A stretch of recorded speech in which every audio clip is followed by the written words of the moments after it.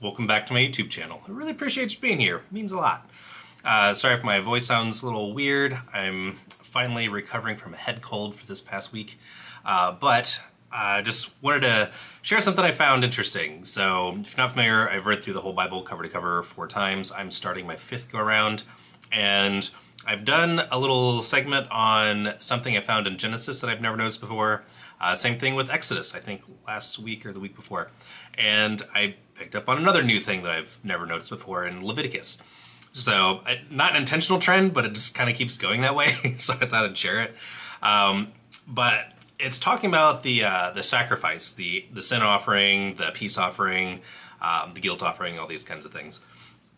And there's something that's consistent with all of them, is that there's a portion, and I always read this as like, oh, they take like, you know, some organs and bits and put it on the altar and they burn that up.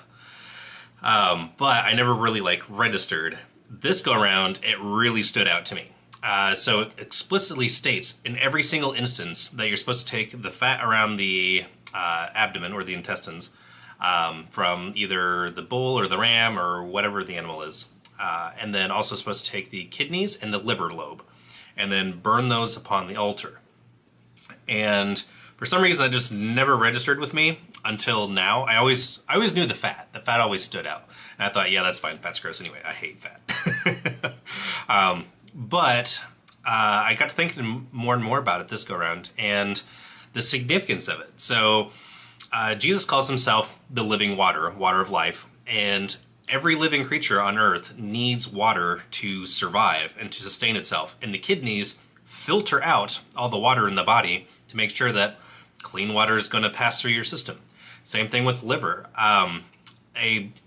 Sorry, back up real quick.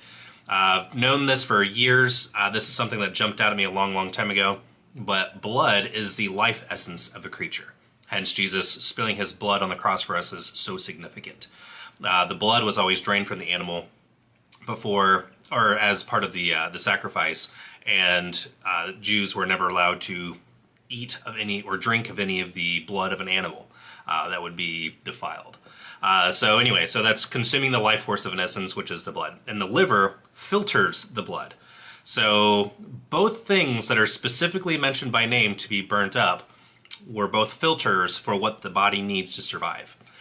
The other thing is the fat around the intestines, or around the kind of basically gut fat, is used to insulate, to keep the animal warm, keep it comfortable, and it's also cushion to help protect it, and especially if it's like laying down. So anyway, God wants from us the things that keep us pure, bring comfort and protection. And I thought that was really cool. I've never noticed that before. Other little random side tangent, I've also begun to wonder, like, does God eat?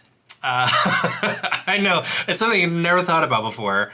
But I remember I was reading through Judges, which is my all-time favorite book of the Bible. Before I started over again, I read the book of Judges. And there's a spot that really stood out to me. It was when the Lord appeared before Gideon. And Gideon was like, hey, if you're really the Lord, then let me prepare a meal for you, and then you can eat it. And then the Spirit of the Lord was like, yeah, go ahead, go for it. So he prepared unleavened bread cakes, and then I think meat from a lamb, and then present it. And then as soon as he presented it, it went up in flames and smoke. And there's another passage where God's talking, and it's like, if I were hungry, do you think I wouldn't come to you for food? I would just go onto one of my many hills that I own and kill one of the cows, and I would eat plentifully for myself. So obviously Jesus could be talking about something else in that.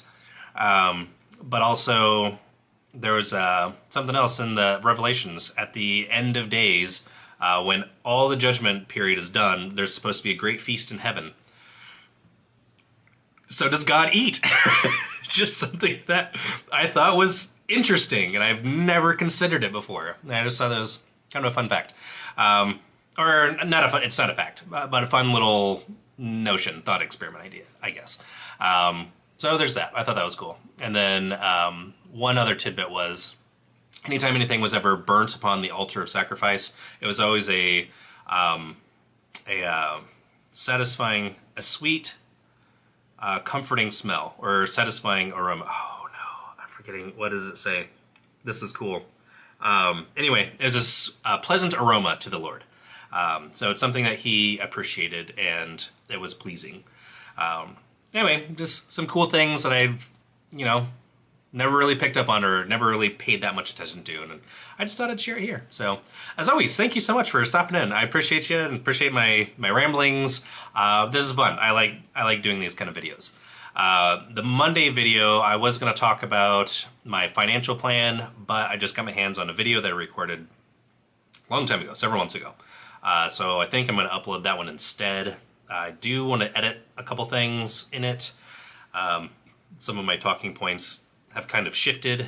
I haven't changed, it's just like, there's a little too much emphasis on that really needs to be there. So maybe re-emphasizing some other parts. But anyway, just filling you in. So as always, thank you so much for stopping in. I really appreciate you being here. Please subscribe if you haven't already. I would really appreciate it. Don't forget to like the video if you like it. Also, that makes my heart feel good. So as always, stay classy, and I'll see you in the next one. Bye for now.